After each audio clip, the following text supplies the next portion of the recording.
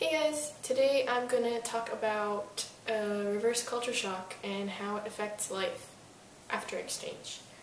Because it's one of the things and it's still affecting me like right now.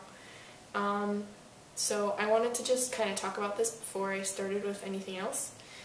Reverse culture shock is a really, really interesting subject that's pretty specific to exchanges. Especially year-long exchanges. It's a really kind of, I don't even know English. That is one symptom of reverse culture shock.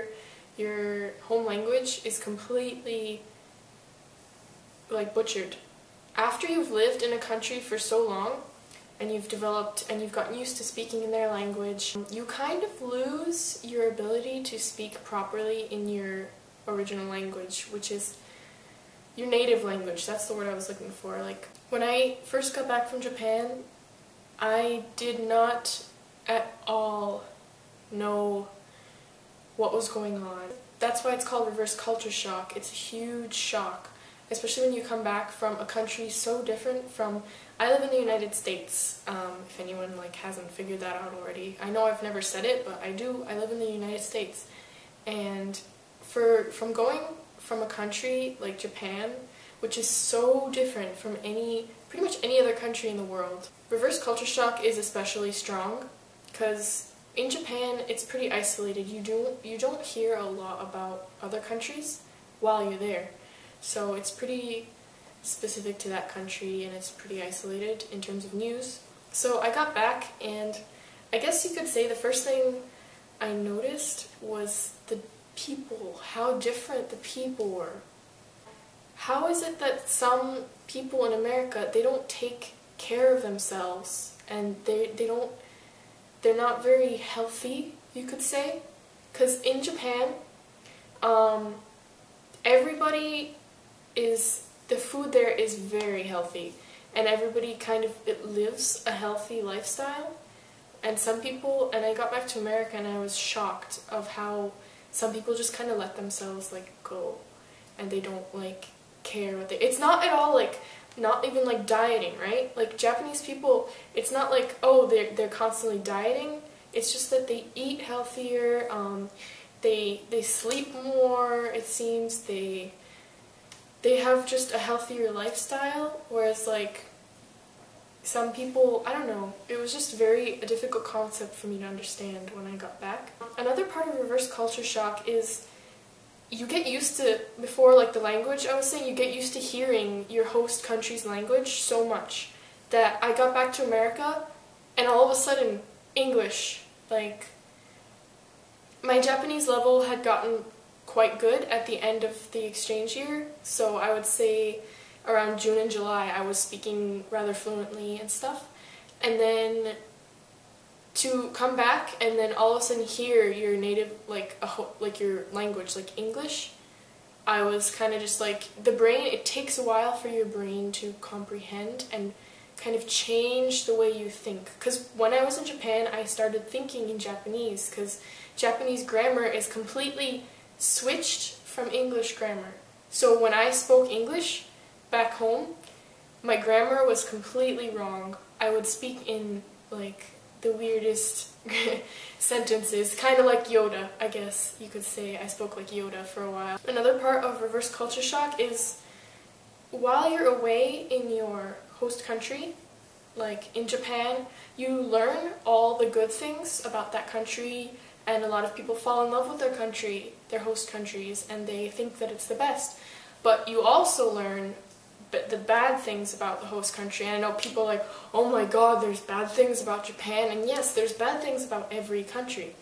The thing is, when you come back to your home country, you suddenly, all those things, good or bad, you realize, you compare them to your native country, and it kind of hits you as a blow, which bad is worse? Is the bad in, say, Japan worse than the bad in America, or is it the opposite way around? And for most kids, for most students, what happens is if they had a really good experience in their country, they're gonna say oh, my host country was so much better, and they did this so much better, and they did that so much better, and even it seems all of a sudden that even all the bad things in your host country are somehow better than the bad things in your real country. And now this isn't something that happens to everyone, but if you had a particularly good experience in your host country, like I did, I have to say that I had a very fulfilling, a very good experience in Japan.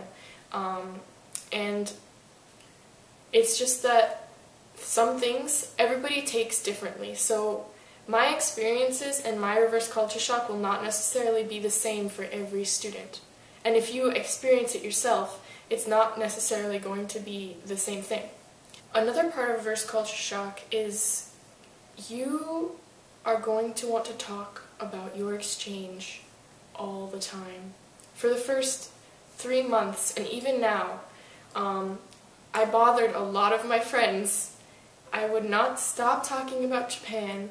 Everything I did, I would compare it to something I did in Japan. Like, I went out into the city and I said, oh, I wish, like, it's so much better in Japan because there's trains and buses and there's public transportation, and here there was nothing. Like, you have to drive everywhere and take a car where I live. And everything I would compare to Japan, the food I would eat, the this and that, and say I went to a Japanese restaurant here in America with some of my friends, and they would be just like, you know, it's a Japanese restaurant, and I would kind of sit there and say, this isn't real Japanese food, or this isn't real sushi, or this isn't real so-and-so. Especially, that's the thing, if you find your host country's things in your country of origin, it's not going to be the same. Like, I can say that American Japanese food is very different from actual real Japanese food. So that's another part of reverse culture shock.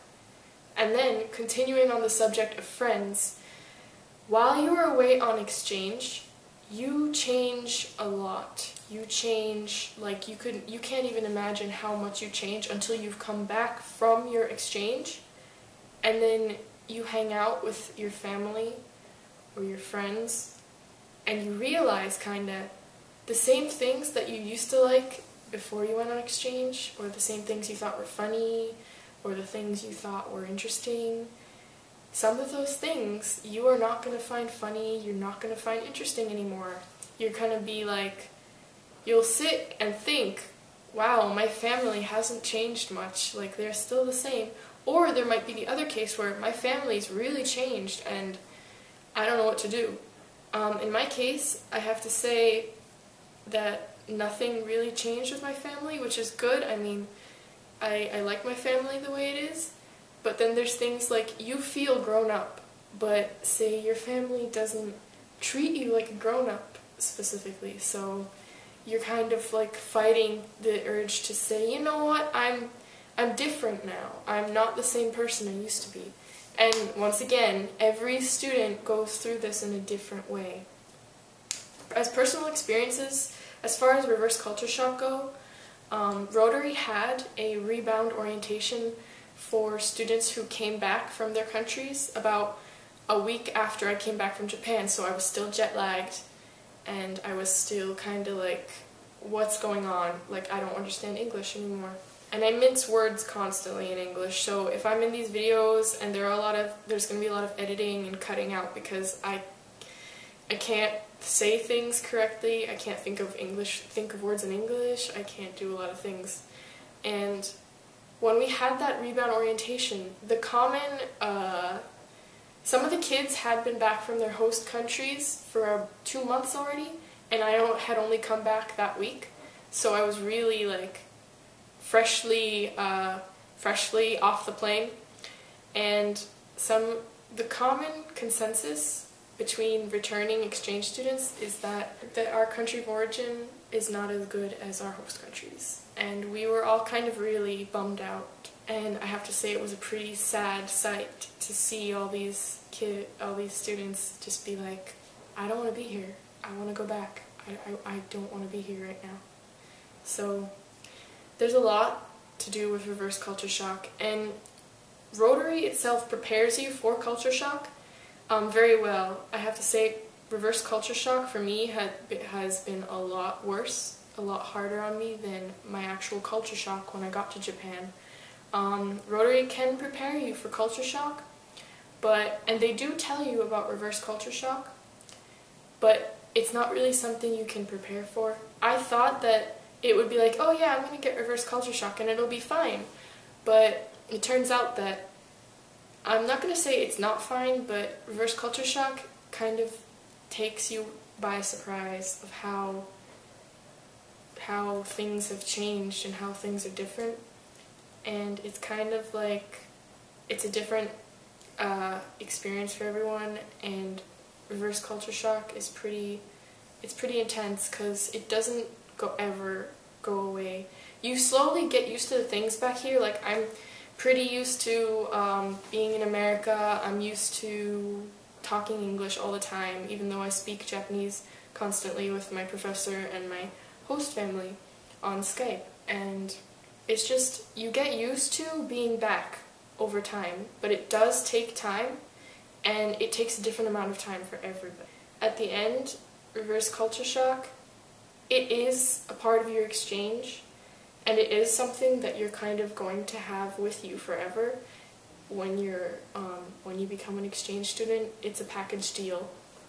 You have your culture shock, you have your exchange, and then you have your reverse culture shock when you come back, and there's really no way to avoid it. And I'm not saying it's a bad thing. If reverse culture shock scares you, don't let it scare you if you want to be an exchange student.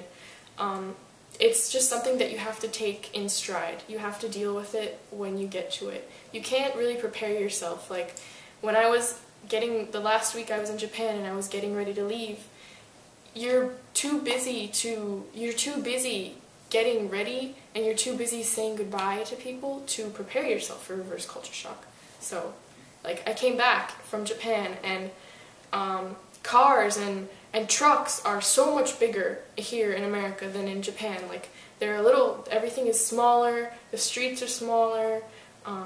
That's because everything is in such a tight space. And here, I went on the highway in a car, and the highway is enormous, like 5 lanes on each side, where the largest highway you have in Japan is like 2 lanes on each side, so 2 or 3 lanes actually.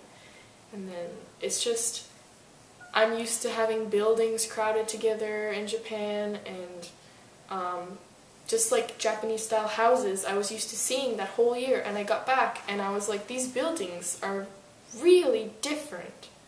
But it's something, sometimes it's hard to explain to people who haven't been on exchange, which is the only down point of reverse culture shock. Yes, other exchange students, there are others that go through it with you, and there are others that know how you're feeling, but people who haven't been on exchange, like your friends who stayed behind, and your family, they unfortunately will never understand what exactly you're going through. So my suggestion is, if you have other exchange student friends, and you're back, Skype with them and talk to them, and it makes you feel better when you know that someone else is going through exactly what you're going through. To remember, basically, if you're an exchange student and you've got a lot of emotions about it, just remember that you're never alone in what you're going through. There are other exchange students, and there are other people going through exactly what you're going through. There are people who have done exchange and they've already gone through it all, and they can tell you how to deal with it. And so, I guess that's all I've got to say for now on reverse culture shock. If I've missed anything, I'll put it in another video. The majority of these videos that I'm making are like unwritten down, unscripted, so I have no like idea sheet, so I'm kind of just talking. But I kind of feel like that's the best way to do it, since if I'm just talking, and when you're on exchange, things kind of just happen. There's no script or tour to follow. So I hope that this was a little bit of an insight. If you are an exchange student and you're going through reverse culture shock now and you've been back, leave a comment, tell me what your exchange was. If you want to become an exchange student, stay tuned because I've got videos on how to become an exchange student coming up. And yeah, I'll just be putting out these videos more frequently now. So, see you guys next time.